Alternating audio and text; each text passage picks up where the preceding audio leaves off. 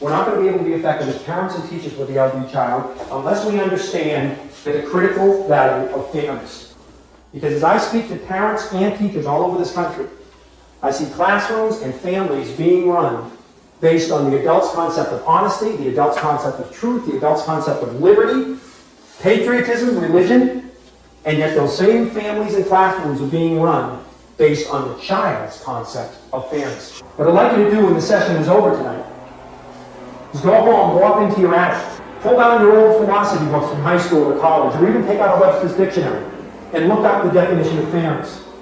Fairness does not mean that everyone gets the same. Fairness actually means that everyone gets what he or she needs.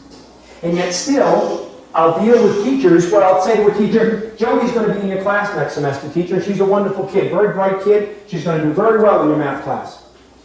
But she's got a learning disability, and it's called a far-point copying problem, and she can't copy off the blackboard. So here's what I'd like you to do.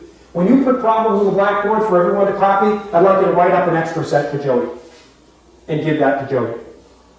And if that doesn't work, you don't have time for that, Lee's pretty quick. Maybe Lee could write up 2 sets and then hand one across to Jody, or even put a piece of carbon paper on the Lee sheet so when she writes up one set of problems, there's an extra one automatically to give to Jody. I'd like you to do that, please. Invariably, the teacher will say, I can't do that. And I say, why not? There's a lot of answers I'll accept. I'll accept because I don't know how. I'll accept because I don't have time. I'll accept because I don't believe in mainstreaming. I'll accept because I don't like Jody. I will go to the mat with a teacher and I will discuss any one of those answers with the teacher. The one answer I will not discuss, the one answer that I think is beneath contempt and beneath discussing, is the answer I hear most often. And that is, I can't do that for Jody. Why? It's not fair to the others. It's got nothing to do with the others. Jody needs it, the others don't. It has nothing to do with the others. Let's take it and try it in an adult situation. Suppose I'm up here lecturing. In the middle of my lecture, God forbid, in the middle of my lecture, Carolyn here falls off her chair. I look down at her, she's turning blue, cardiac arrest. God forbid she's having a heart attack right in front of us. And I'm trained in CPR techniques, so I know what to do. How ludicrous, how unfair, how absolutely foolish and unethical would it be for me to say, hey, Carolyn, I'd like to help you, I really would. But heck, we've got 30 people here.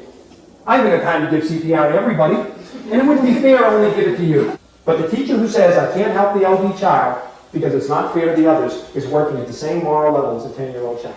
And this is particularly important for you as parents to understand. Because I know a lot of parents with special needs kids who spend full time beating themselves up and trying to keep the scales balanced. What do? Johnny, the LD child, needs a special tutor. How do I make that up to the other kids so that I'm fair to everybody? You don't have to.